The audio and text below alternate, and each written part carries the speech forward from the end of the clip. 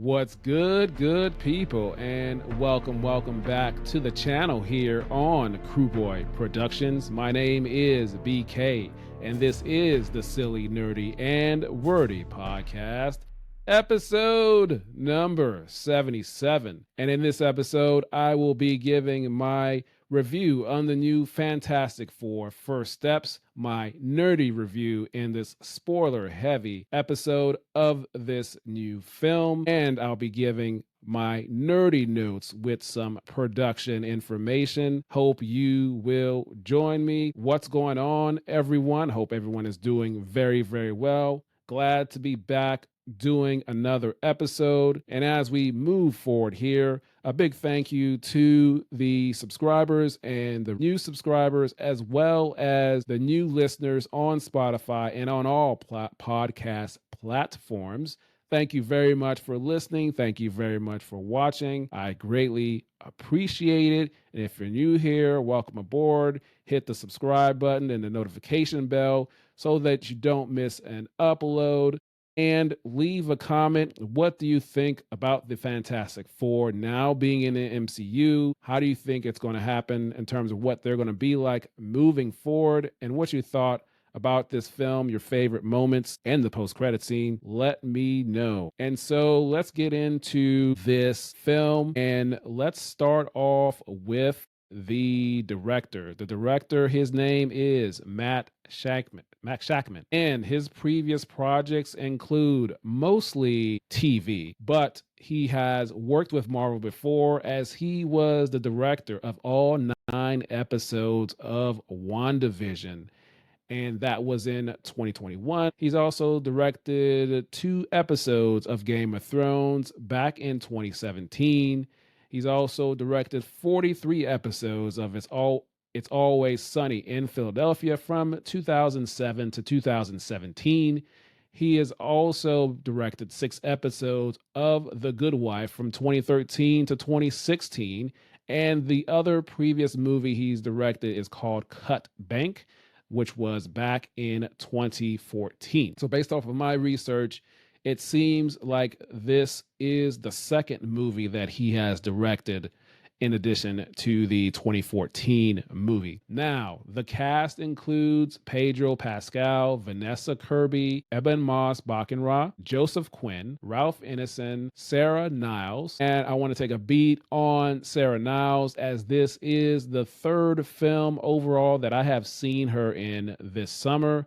The first one was F1, the movie. She played the mother to the rookie driver in that film, which was released on June 27th, 2025. And I then saw her again in Heads of State, as she plays the chief of staff in that Prime Video movie that was released on July 2nd, 2025.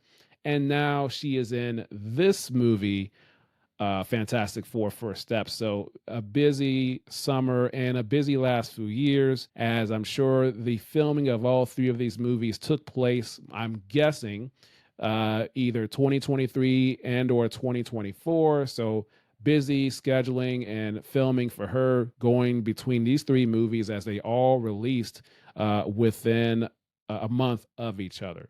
So just wanted to point that out.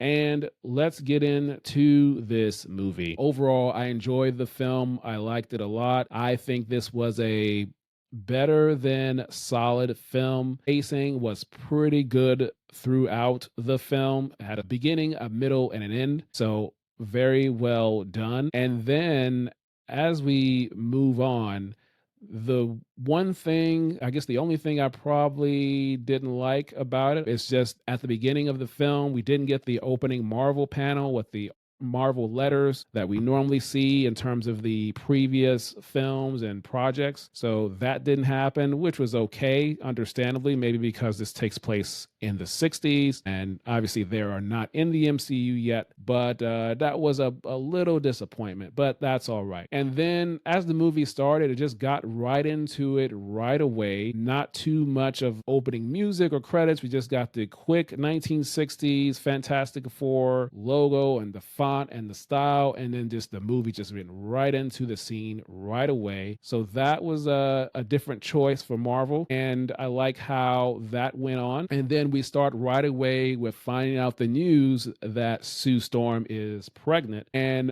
one thing that I liked about that scene, as she is sliding over the test to let Pedro Pascal's character know that she is pregnant, the theme of the Fantastic Four film starts playing right away.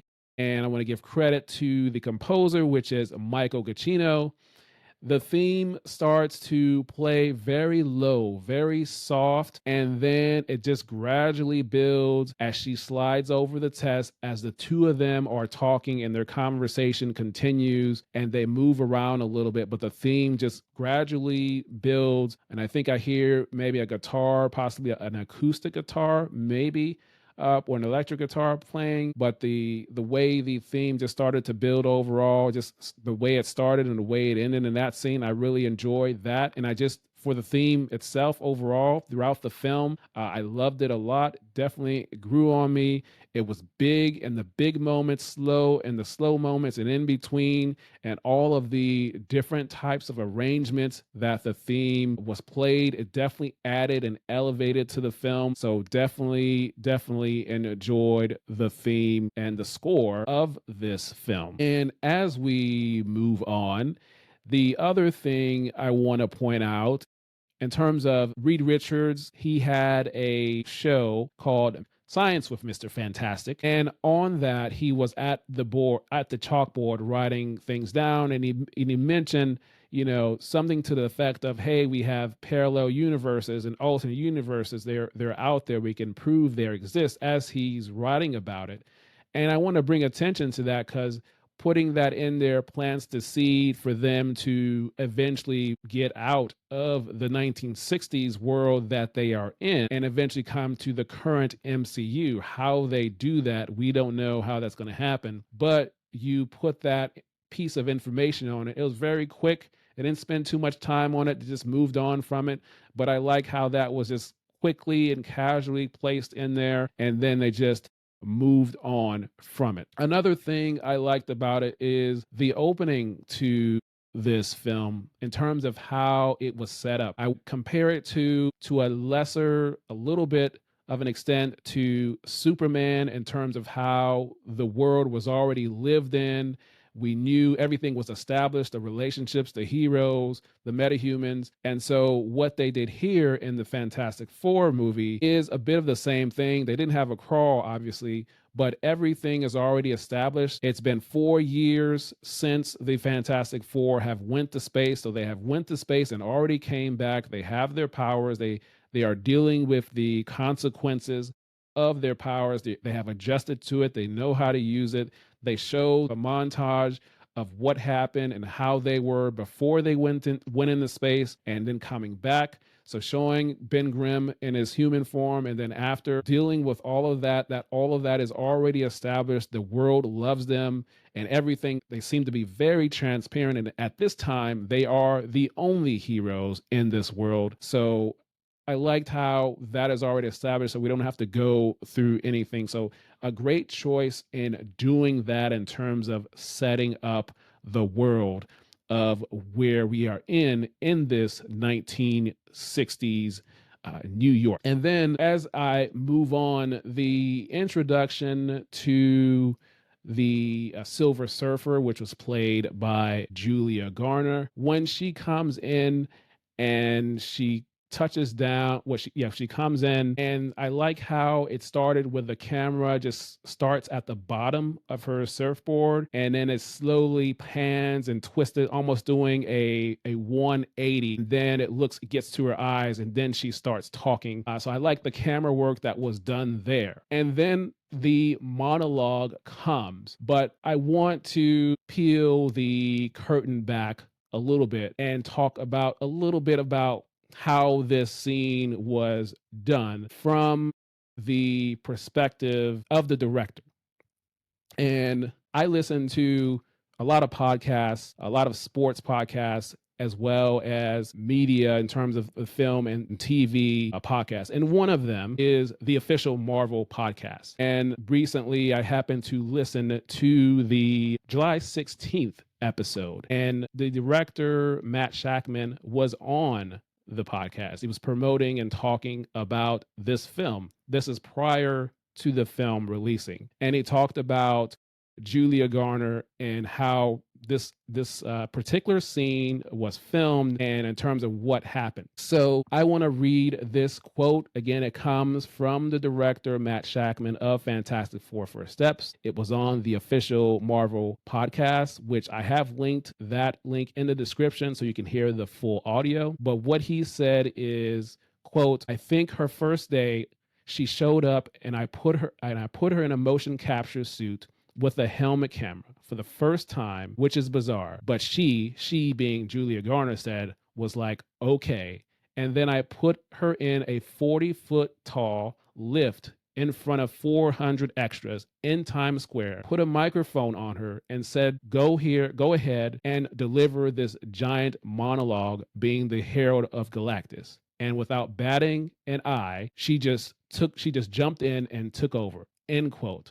And again, that comes from the director, Matt Shakman, on the official Marvel podcast.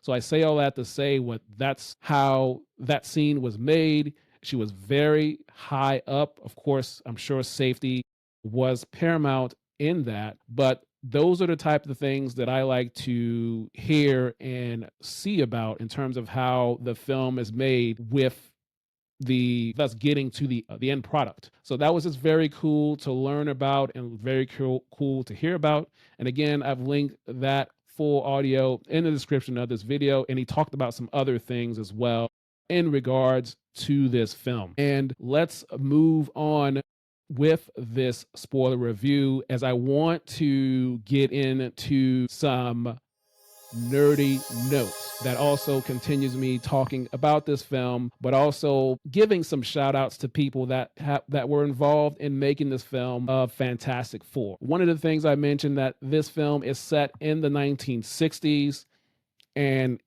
I really like the look and the feel and the aesthetic of the way this world was looking in the 1960s.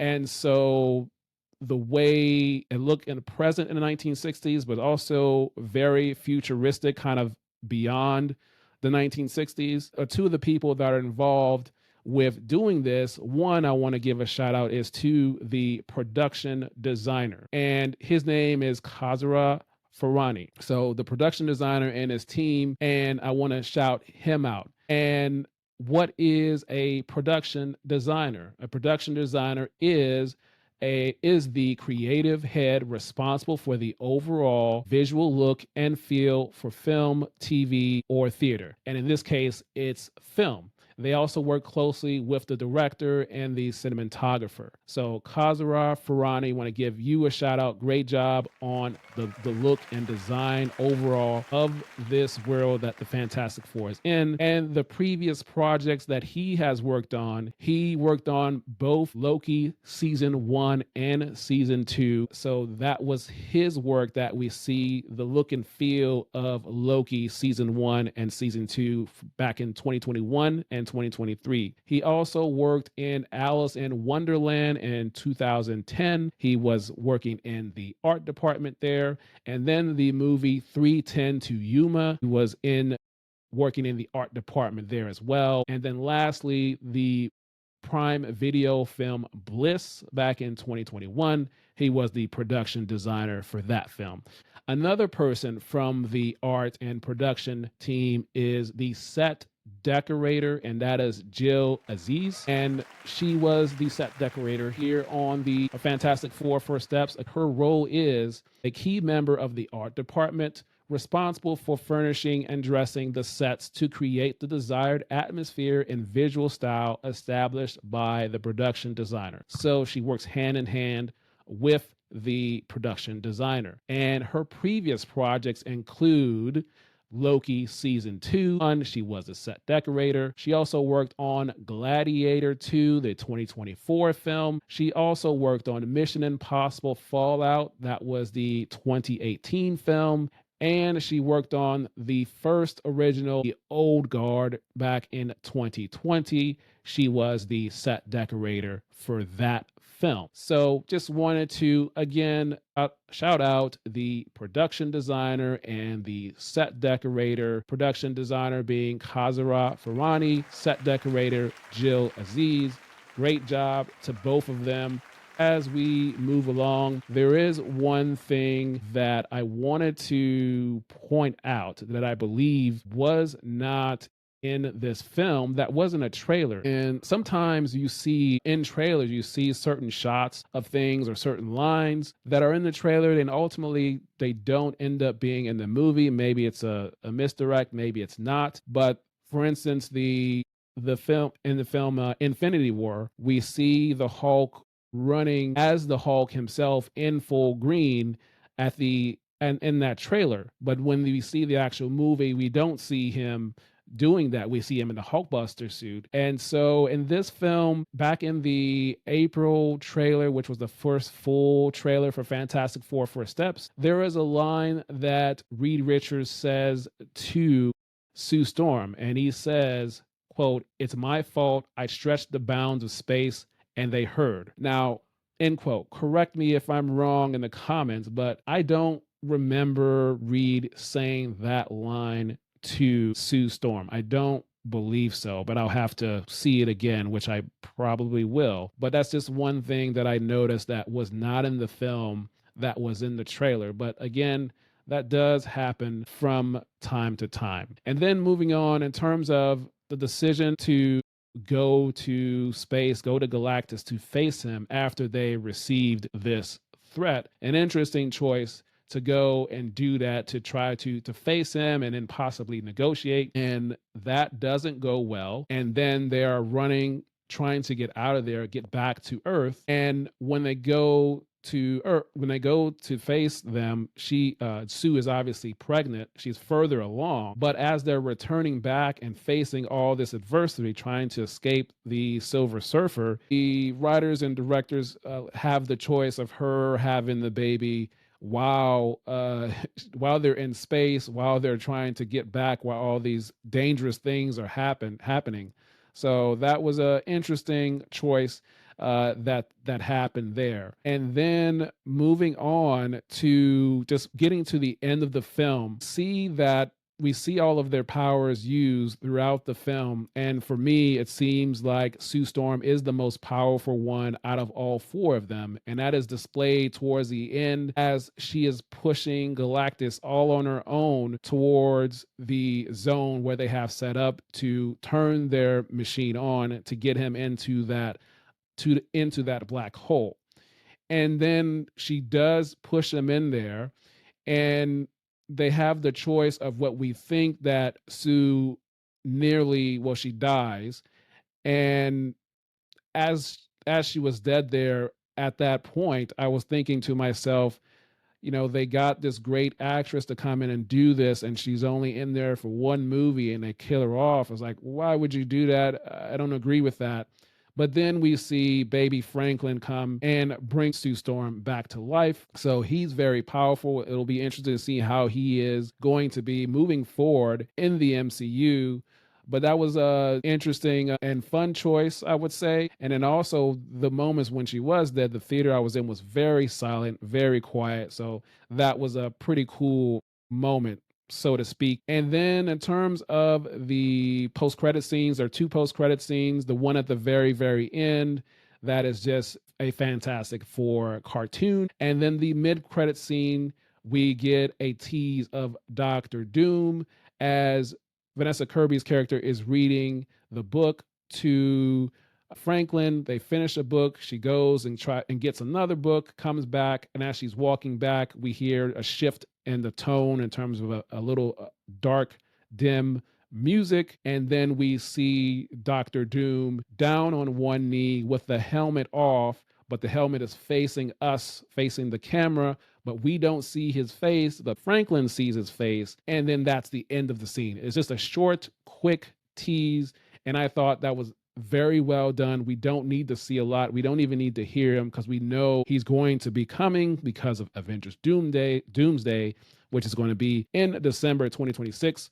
So I like how that was done. Didn't need a whole lot for him. So we'll see how they are going to be getting out of that universe and into the current MCU. So it'll be interesting to see. We didn't see the post-credit scene from Thunderbolts pay off in this one because obviously they're not in the ship going towards the Earth's atmosphere as Yelena saw that in Thunderbolts. So we'll have to wait and see how that meeting occurs. And of course, how do they get out of that Earth? Another thing is now that we have Reed Richards in this, we now have a couple of really smart people in the MCU added to. And in my opinion, we have Riri Williams, we have Shuri, we have Bruce Banner, and now we have Reed Richards. Those are, for me, at least those what I can think of, the four smartest minds in the MCU, and at least until the X-Men are introduced. Then we have Dr. Hank McCoy and Dr. Charles Xavier and many others, but right now, before the X-Men come in, those are the four smartest minds in the MCU. And if I'm missing someone, correct me in the comments. And another thing I mentioned, I want to point out attention to is whenever we see news clippings, especially at the beginning, we see ABC come in there. And that's a very logical and a very smart and strategic thing to leverage because ABC is owned by Disney. This Fantastic Four film is ultimately a Disney film because Marvel is under Disney. Disney owns all of it. And so ABC is the parent company of Disney. So being able to use that, probably didn't have to pay too much money or maybe no money at all to use the ABC logo and graphics. So very smart and logical and business financial sense to do that. So just a small thing I wanted to point out there. Overall, I really enjoyed the movie. As I said, it's definitely Blu-ray worthy. Can't wait to watch it again and see the production things in terms of how this was made. And other things I wanted to say about it, Galactus, in terms of the way he looked on screen, I liked how his presence had a great presence in terms of the character as well as the voice. So definitely enjoyed the performance there by Innocent, the actor that portrayed him. So well done by him. Definitely liked that. Just seeing Galactus on screen for the first time. It's just really, really cool to see. I think that is going to be all I have to say about this film. And hope I was able to provide some value to you. Hope you learned something new or were entertained. But subscribe to the channel here, leave a like, and let me know what you think in the comments here about this film. Are you excited about this film? Will you be seeing it? What did you think about the Doctor Doom post-credit scene? And let me know your thoughts. Subscribe, leave a comment, leave a review. Follow if you're listening on Spotify or Apple Podcasts or Podbean or YouTube Music, wherever you get your podcasts. You can certainly listen as well. Thank you for joining me. And that is all I'm going to have for you today. So until next time, we will talk soon.